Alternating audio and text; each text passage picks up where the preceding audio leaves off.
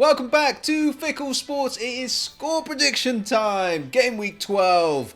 Now, these games are going to come thick and fast for the Christmas period. And I think it's going to define each club's season already. What you hope, being an Arsenal fan, that your season already hasn't just been call defined. the season now. End it now. Let's not endure this rubbish. Null and void. Null and void. That's what they want. Yes, we are all very much looking forward to the festive period and all the football that we get from it. Let's move on to our scores from last week. For the first time in what seems forever, I've actually beaten Gary on a game The week. shame. Oh my gosh. How can I lose? I got 7 and Gary got 6. And if you look up on the screen now, you will see the scores from our supporters. So a very well done to S. But I have bad news with your good news, S. As you got every single result correct. Meaning that if you had put money on this, you would be rolling in it right now. So a bit bittersweet, I think.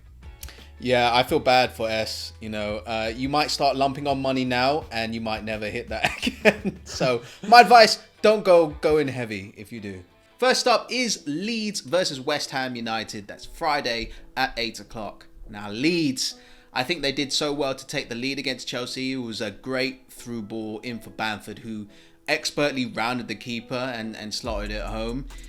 I just felt that Leeds needed to hold on a bit longer, get to half time, not concede. But you know, Chelsea, they are purring at the moment. They are attacking with great chemistry. So it was very difficult for Leeds to hold off Chelsea. And you know, Giroud got in at that front post, and you know, you even had Rafinha who could have scored when the game was at 1-1. But you know, well, that was a difficult chance, to be fair. You know, the ball was bouncing. It was a difficult one to take. Yeah, he had to snatch at it, and he just hit it over.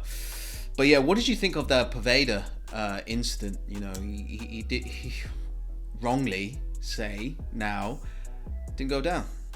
I think it's a perfect example. Firstly, I think full credit to him for standing on his feet, but it's a perfect example of why players will continue to dive, because the divers, you know, very rarely get punished, and if you don't go down, as he's just proved, you don't get the penalty, which I think he probably deserved. Yeah, it feels like the system is built for divers to, you know, systematically get the edge. For West Ham, I think what I'm going to say about West Ham is probably exactly what David Moyes said to his players either the day after or straight after the game, which was, firstly, the performance in the first half was absolutely brilliant. I think they played really well. And performance-wise, they only have themselves to blame for what happened against Manchester United. Yeah. They should have taken those chances in the first half and put the game to bed. And they did have those chances. They should have done that. They didn't. And Manchester United come back. And it was unfortunate for West Ham, but I think they only have themselves to blame performance-wise. Where they don't have themselves to blame is that awful decision. I mean, the ball quite clearly went out. It's out over David Moyes' head. I think West Ham fans will be, you know, they've got every right to be absolutely fuming at the decision because it's a really bad one. Yeah, it's a grey area where VAR is not in their remit to like look at that currently. Yeah, it's utterly ridiculous, and it's not the first time it's happened. That's the thing. But let's get to score predictions. What you got for this one? I think it's one of those games that can go either way. But I'm going for West Ham. Sorry, Mickey Leeds, but I'm going for West Ham. I'm going to go for 2-1. I'm going 2-1 the other way. 2-1 Leeds. Okay. So we move on into Saturday, and it is Wolves versus Aston Villa. It is taking place at 12:30 on Saturday at the Molineux. Now, Wolves, their Liverpool game, that was not a good game for them at all. I think Cody with a great assist for Salah's first goal. I think that's something that we've come to not expect from Cody. You know, he really has been brilliant for them over the last few seasons, and it was a horrendous stake, and probably to the worst player maybe. Yeah. You know, in the excellent finisher that is Salah, and I think from that point onwards, they was playing into Liverpool's hands because they was obviously trying to get that goal back, and Liverpool were just able to pick them off. It was it wasn't necessarily bad defending by Wolves. It was actually like kind of a very good finish by Wijnaldum. A couple of very, very good assists. After that initial mistake, I think they was always going to struggle to bring that game back. Aston Villa, now, yeah, their previous game got postponed because, well, we all know why. Unfortunately, that didn't stop Jack and Ross Barkley having a good old time. I weren't sure whether or not you were going to mention that. But, Aston Villa as a whole, he had such an impressive win against Arsenal away. But he followed it up with, back-to-back losses. The recent one being West Ham, and it's kind of like three losses out of 4, and you're just desperate to get back on the right form that you guys were on at the beginning of the season. Because right there with the players that you have, it's not inconceivable that you guys can get like European football. It's just getting that consistency at the moment. And I was just going to add to that, away from home is where they've been best as well. So this is almost looking like the perfect game for Aston Villa to find that mojo. But score predictions, who are you going with? It's a bit of a derby, this one. I am going for, I'm gonna stick with Villa. I'm going 1-0 Villa. Damn it. Okay, I'm going Villa as well, if, they don't get a slap on the wrists. Well, what bloody prediction, mate? That don't help. Shit. What the hell? I'm going 2-1 Aston Villa. Next up is Newcastle versus West Brom, Saturday at 3 o'clock. Now, Newcastle, last week the game was postponed, unfortunately. Newcastle, their form is a bit up and down. They win one, they lose one. They win one, they lose one. The real test for Newcastle is, can they really get the consistency? They have Callum Wilson back, who's a bit like their talisman, and he has that ability to finish half chances and be clinical. So I think if they are going to be consistent, it's going to be involving that man there. Yeah, I don't think it's unfair to say that. They certainly play a lot better when Wilson is in the starting lineup. For West Brom, a 5-1, obviously it wasn't a good game for them. It didn't start too well with the own goal, but he did his best to make up for it because he hit the crossbar. He then got an assist. It was a great finish by Gallagher, and then we had that red card where, in my opinion, I think it's a red card. I think it's a soft one, but I think as soon as you kick out and you put your legs into a position where he's pushing into another player, you're giving the referee a decision. It's Pereira's fault, if anyone's. I think the main reason West Brom fans maybe feel aggrieved is because you had that Maguire incident. Was it last season? Yeah. It's like, where's the consistency with that? Yeah, so I do sympathise, with West Brom fans a little bit.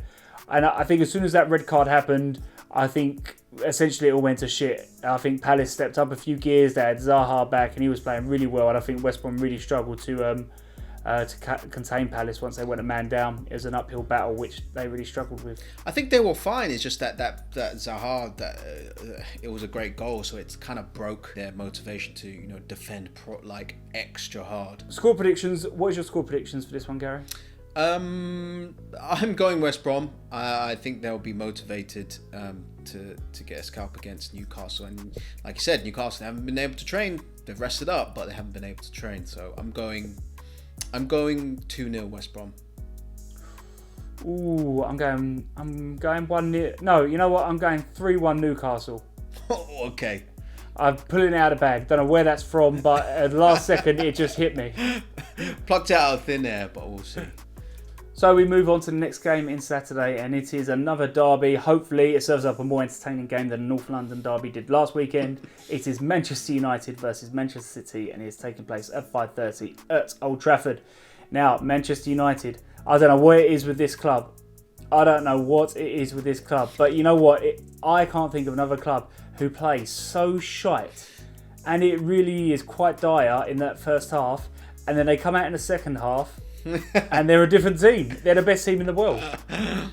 Yeah, They really show their brilliance in the second half. It's quite admirable. I don't know what is Solskjaer just throwing shoes around the dressing room every single time. He's probably running out. I have no idea what goes on in that dressing room. But it happened again. You know, they were dreadful in that first half against West Ham. West Ham really only have themselves to blame that they only went in with a 1-goal advantage. Manchester United, they obviously didn't start Bruno Fernandes, which every single fantasy Premier League manager in the country were absolutely screaming at that. They come out in that second half, they were a different team. They created great chances, a great goal by Pogba. It was excellent finishes by Greenwood, by Rashford. You know, it was a really, really good second half. And it's a really difficult one to say on the whole who deserved to win, because both teams created so many good chances in different halves. But, you know, at the end of it, United took their chances more than West Ham, and they come away with the 3 points. Now, Manchester City, they are looking like they're going back to their consistent, dangerous self that they were a couple years ago.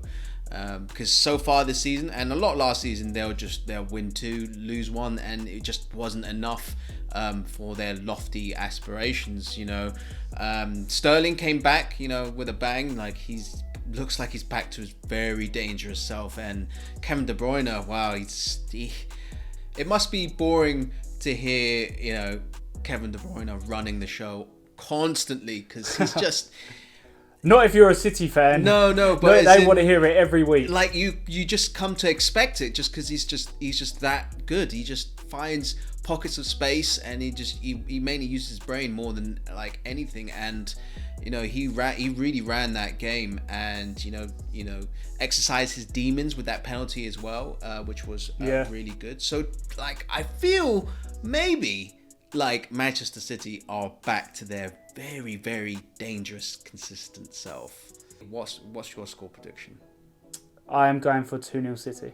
Oh, yeah, I'm going 3-1 City. Next up is Everton versus Chelsea, Saturday at 8 o'clock. Now, Everton, you know, that must have been really frustrating to see them concede so early. You know, Alan tried to play the ball out from sort of defense, and you know, got it all wrong. And it was a good strike from like long range. Especially the way that Everton's been conceding goals recently. That must have been so frustrating to see. But I think Everton did really well. You know, they were really hammering it and giving it to Burnley, and they did excellent to come back. You know, good old classic 6-yard finish from Dominic Calvert-Lewin. You know, you come to expect that. He's the top scorer in the league, and I don't see that slowing down at all. And also, just a quick shout out to Jordan Pickford. As much criticism as he has been getting recently, I think that was an excellent save. I think it was against Chris Wood. That one-on-one, you know, at 1-0, he really kept Everton in the game. So Everton, I know you might not be happy with the result considering how well you played, but I think you'll be happy just the performance and something to build on, and hopefully get a couple more wins under their belt from here. Yeah, going from one team that really struggled to get a win, I think they've got 1 win in 7, to another team who just can't seem to stop winning. At first, you know what, I feared for Chelsea a little bit. When Bamford got that early goal, I feel like Leeds are a really difficult team that once they go 1-0 up, that you really might struggle against them, and they might be able to like exercise how they want to play their game a little bit. But Chelsea, they just kept on creating such good chances. It was only a matter of time before they scored.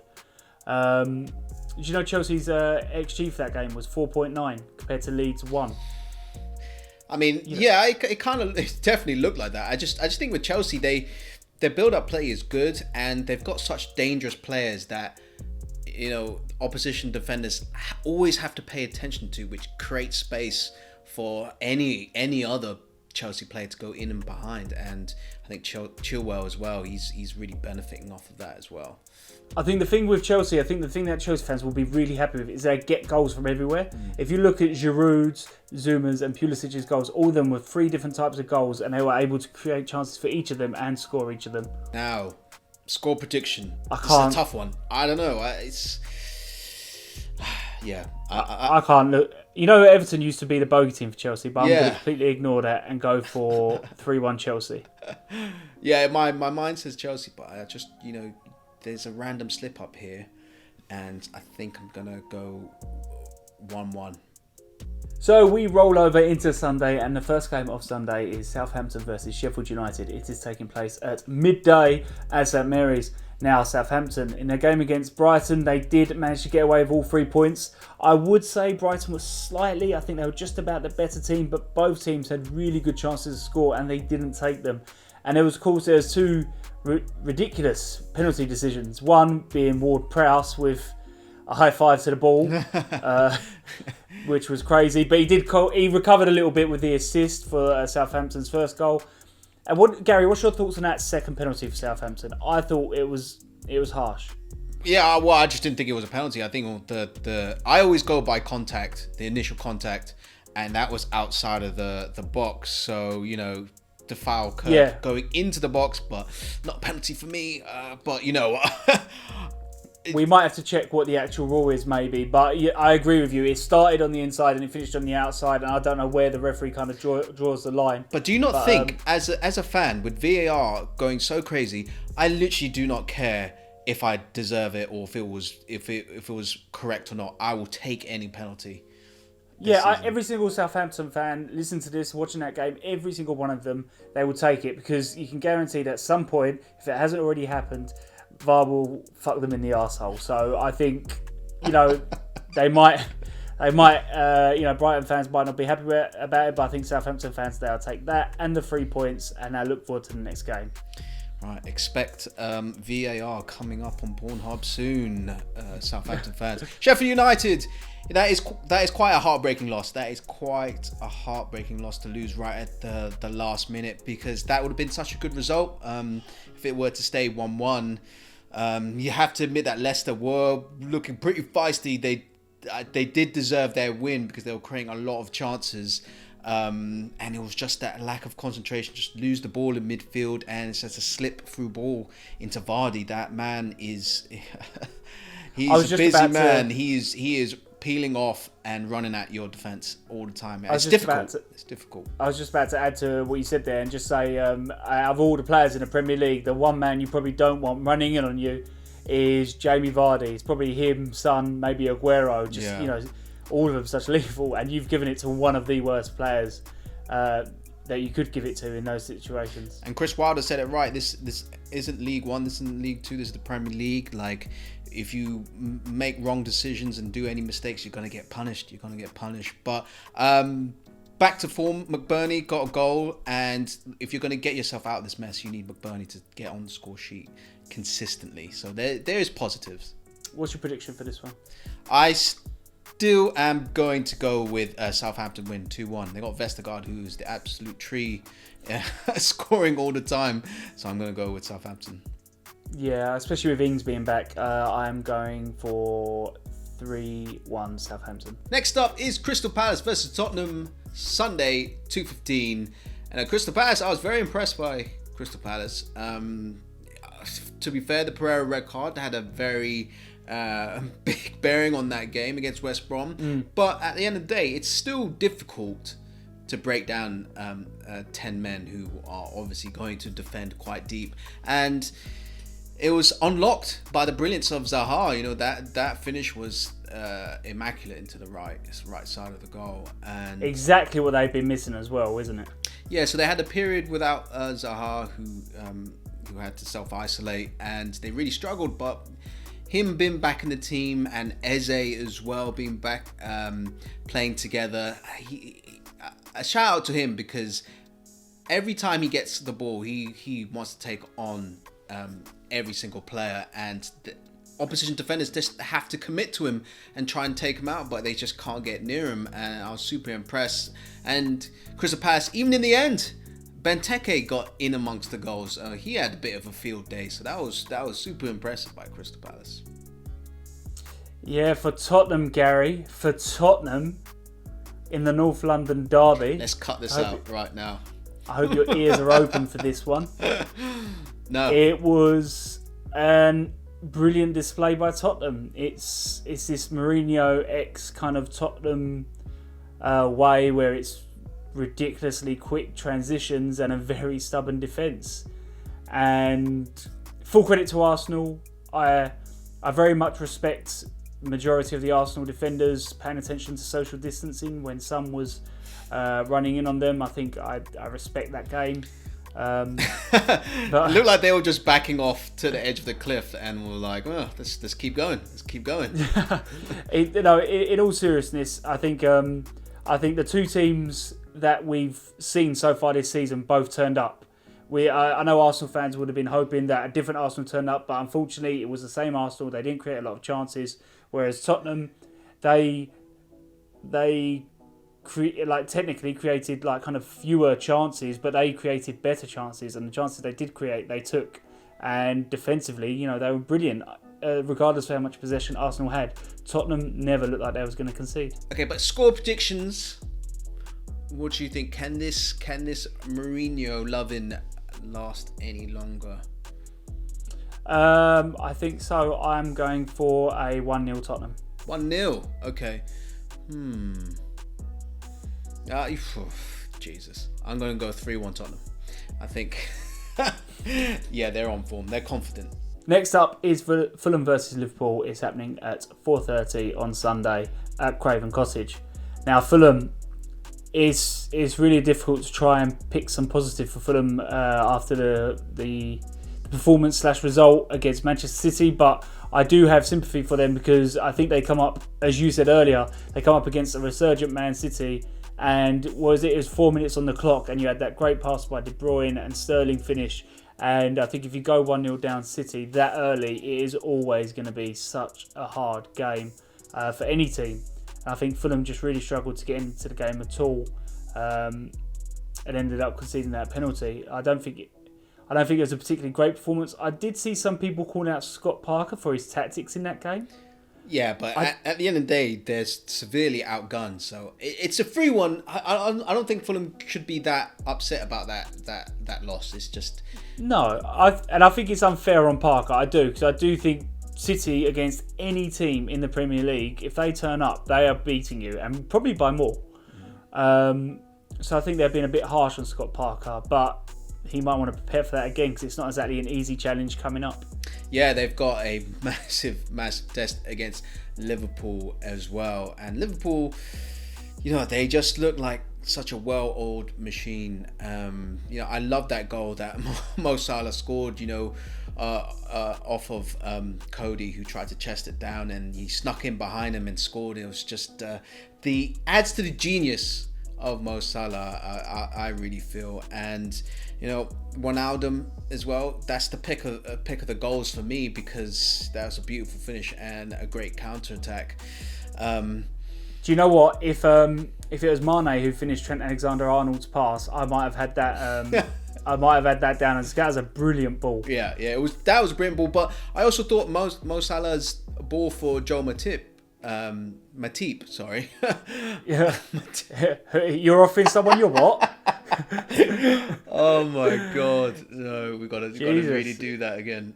No, that's staying in there. You just offered the whole fucking world your tip. Fine.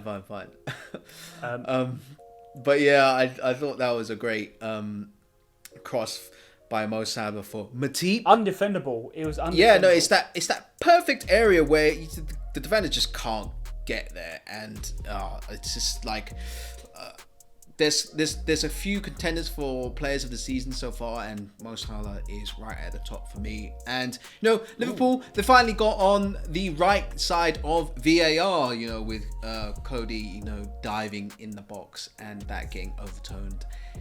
Yeah, I hate divers, so Cody, I like you, but you're cheating son of a bitch there. But yeah, Liverpool keep it rolling, and I think it's going to be another win against Fulham. Okay, so what's your prediction for it? I'm going 4-0 Liverpool again. Same score. I'm going to take that. I'm going to raise you a 5-0. Next up is Arsenal versus Burnley, Sunday, 7:15. Now, Alex, do I have to do this section? Wait. Let me just get comfy. Let me just turn up the headphones a little bit. There you go. What you got? You know what? I was thinking about that game, and like, during the game, I was just like, every Arsenal fan must have been looking at that and like, we're a bunch of dumb motherfuckers. We're really fucking dumb. We're like the dunces in the classroom. It's just like, why are we killing ourselves? Why are we shooting ourselves in the foot? I was thinking about it, and Mourinho could have like told Arteta the tactics. Well, everyone knows what the tactics were gonna be, and Arteta naively walked into his trap and had no answer for it, and it was really, really frustrating. I saw the biggest difference was you had the game before, which was Chelsea versus Tottenham, absolutely boring, but Chelsea kept it properly disciplined, had proper positioning when they lost the ball, and Arsenal, they seemed like a bunch of school kids trying to play football against a well-oiled machine in Mourinho's Tottenham. I just want to add to that. We criticised Lampard last week, didn't we? Didn't. We said I didn't. Well, maybe I did, because we say he was a home team and he didn't look overly ambitious. But I think Arsenal proved why he felt the need to do that, if that makes sense. Yeah, it's like properly playing to Mourinho's strength. It's kind of weird that you have such an extreme version of not attacking but being so efficient, And Harry Kane had like more touches in his own half than he did in the opposition. But Arsenal are really struggling. You have players like Xhaka, and I like Holding, but they're not athletic, and they're just not a match for someone like Son Heung-min. And I don't know. I haven't seen Arsenal lose 4 Premier League games on the bounce. I really haven't. And with Arteta, you just don't know if he can get out of it, because he doesn't have any managerial experience before this. So we only got Burnley, who are gonna park the bus just the same way. Well, I found myself a new ringtone that whole segment. Every Arsenal fan must have been looking at that and like, we're a bunch of dumb motherfuckers. For Burnley, it was that 1-1 against Everton. We did touch on it earlier. We said Everton did have the better chances, but it's not as if Burnley didn't have some chances themselves. Chris Wood, of all people, if you want those chances to fall to one of the Burnley players, you want it to be Chris Wood. And he had 2, I was about to say glorious, maybe that's overselling a little bit, but he had 2 very good chances he should have put away. They had their chance to win the game. But I feel like for Burnley, and I know we said this a few weeks ago and then it all went to shit, but I feel like for Burnley that was a little bit of Burnley of yesteryear. It was the Burnley of last season. Yes, Everton did create a lot of chances, but none of them were really that clear cut other than the actual goal. Pope made some great saves. And Burnley in the end, they did cut out, a few chances for them to win the game. Okay, they didn't take it, but I don't think they'd be too disheartened with that performance. And you know what, Gary? I have to say this. I think they might be licking their chops at Arsenal a little bit, because if Arsenal try and break down Burnley the way they tried to break down Tottenham, Burnley going to deal with that all day. Yeah. They've crossed. It's like seeing the answers to the test just before you take the exam. What Mourinho did. So, and Burnley have, say, the main tactics to deal with that type of play from Arsenal. And I think if Arteta does turn up and try to put these crosses into the box, which they don't work that well. 44 crosses. But it doesn't matter, because none of them really created any chances. I know, it's really ridiculous, but that's bread and butter for Burnley, definitely as well. If he does that, I see a 1-0 Burnley. Okay, so you're going 1-0 Burnley. Yep. I'm going 0-0. Oh my god. I was close to doing a 0-0. But Burnley have come out their shell a little bit offensively. But it could easily be 0-0. That's what I'm going for. Last up is Leicester versus Brighton, Sunday, 7:15. And now Leicester, you have to say, collectively as a team, that was a very, very good performance against Sheffield United. Even though they won it late in the end, but they deserved all 3 points in my opinion. And the plaudits absolutely have to go to Jamie Vardy, because he was an absolute nuisance for that Sheffield United defence. He was always coming a bit deep and then peeling off, running in behind. I think the Leicester midfield, they did excellent to trap Sheffield United midfielders, force them into mistakes, and then spring those counter-attacks for Vardy, and it was really effective. And for that goal, that through ball by Maddison, you would have thought that goal was in the very first minute, considering how energetic Vardy was, because he was at it all game. But look at the energy he has right at the end, and a well-deserved 3 points for Leicester.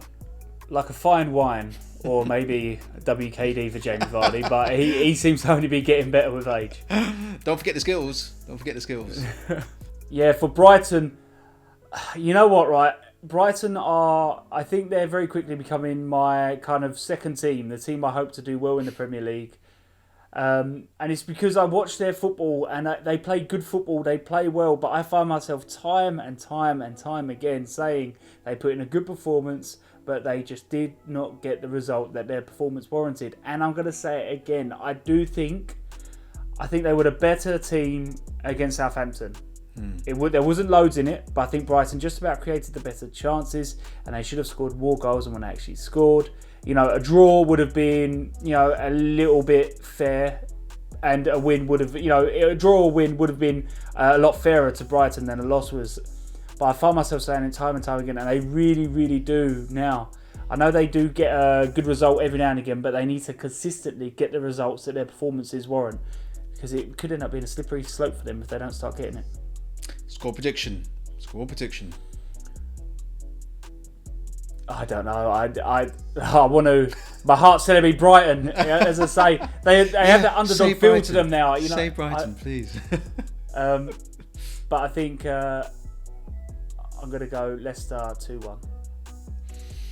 I'm going to go Leicester 3-1. I think they're going to go back on form properly, Leicester. That is all for this week. Good luck to you guys in the score predictions for this weekend's games. And remember to put in your scores in the comments in the link below. And lastly, as always, we just want to say a quick thank you to every single one of you subscribers, every single one of you that comments and likes our videos. We appreciate every single one of you. See you later. See ya.